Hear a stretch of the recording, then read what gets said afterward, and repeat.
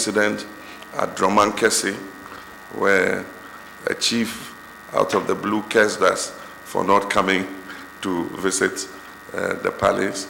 But an advance team had gone because we knew that looking at that day's program, we're going to get there late. And we didn't want this situation where chiefs will sit and then you come late and they come and tell you that you've not respected them because you came late. And so the day before, we had sent to the chiefs to tell them that we will not be visiting the palace, but said that if they were willing, they should come and join us at the rally ground. And so when we got to Dromankese, there was nothing about going to the palace. It was just going straight to the rally ground. So I was surprised to see a chief invoking curses against us, at that place. But today I met the chief of Dromankese himself. It was a sub-chief who did that. And he said that, there was nothing like that. And the sub-chief was wrong to have, invoked those curses. But these are occupational hazards for us politicians. And I just want to tell our chiefs that we respect them, and as much as possible, we'll incorporate them into our program. Where it is possible to visit them in their palaces, we'll do so. But we don't want to inconvenience them late in the night when we know our programs are running late, and keep them in their palaces sitting waiting for us. So where that is the case, we'll always send a team to pay our traditional respects to them, provide the drinks and everything that customarily you present, so that we can go ahead and do our program without causing any inconvenience to the chiefs. So that is what I will say for now. And there are a lot of roads that are in poor condition, and they need a lot of work on the roads. There are several abandoned projects, including electrification. These were projects that were ongoing under the previous administration, and when the new administration came into office, they came to a halt. And so in many places there are poles, there are electric cables, there are transformers, other equipment for electrification. There's one sad case where the poles were abandoned and were consumed by bushfire. And so that is a loss. There are several projects that were ongoing in schools, clinics, health centers. There's one case of a water project, expansion of a water project that was abandoned.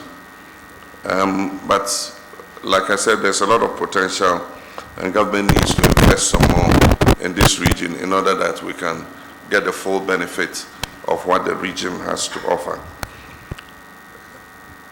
This region will be one of the targets for the agro-industrial zones I talked about. We said that every region will get an agro-industrial zone that would process the products for which it has a comparative advantage. And Bono East is one of the largest producers of cashew. And we're not fully exploiting the potential of cashew as a non-traditional export to bring in more foreign exchange. And so that's going to be one of our focuses. Total export of cashew or production of cashew, I'm informed, not only for Bono East, but the whole country, stands at about 150,000 tons. It is our intention with a 7-year cashew development program to push that up to 500,000 tons. And we hope that within 10 years, we should be able to push cashew production to 700,000 tons. It is something we can do if we give the right incentives to the farmers and also give them the right price. With good storage, warehouses, and processing facilities, we should be able to achieve that. And so the agro-industrial zone is going to target cashew in Bono East and Bono as one of the major interventions that we do. There's also a huge production of cassava. And so cassava processing for starch, for cassava flour, for the breweries and for the biscuit manufacturers, for mixing in bread flour and so many other potentials, and even for producing gari, which is a staple in Ghana and is exportable to our neighboring countries because they all are familiar with that. So that will also be another area that we are looking at. There are several other crops like ginger, spices, pepper, and so many other things that we can process locally.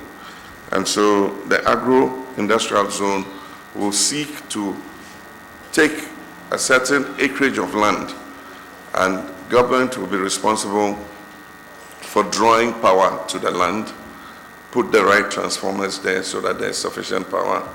Government will also be responsible for providing water and then building the infrastructure in the industrial processing zone. And then we're going to leverage the private sector. So anybody who wants to build a factory to process cashew, cassava, pepper, ginger, spices, whatever, would have the opportunity to access the land and set up their factory and start producing. The agro-industrial zone will come with some accommodation for workers who are working in the agro-industrial zone, so that it's easy for them to go to work and go back home. So those are some of the things we're thinking about, especially for places like the Bono East region.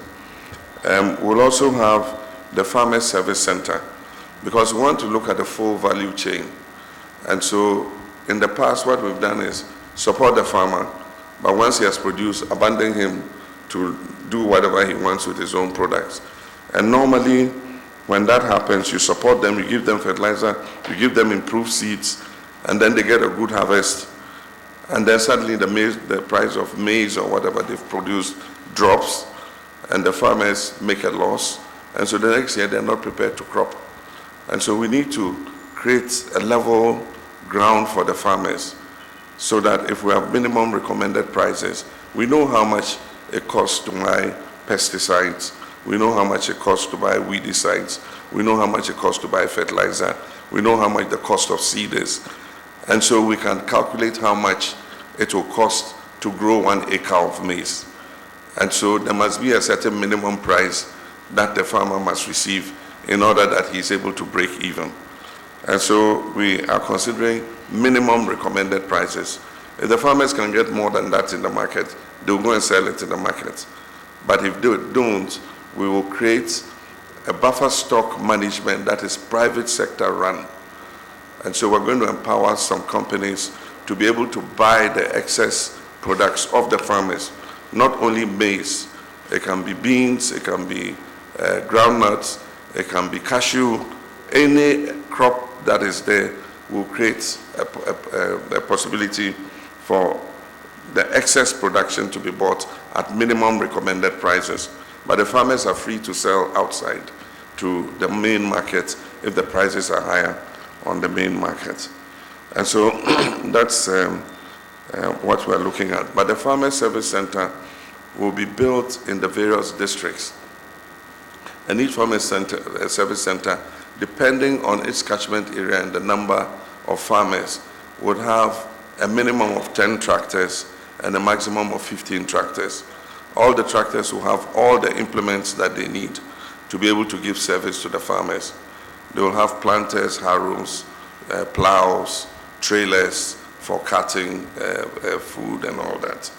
And then they would also be provided with the inputs for the farming season. And so our support to the farmers is going to go through the Farmers Service Centers.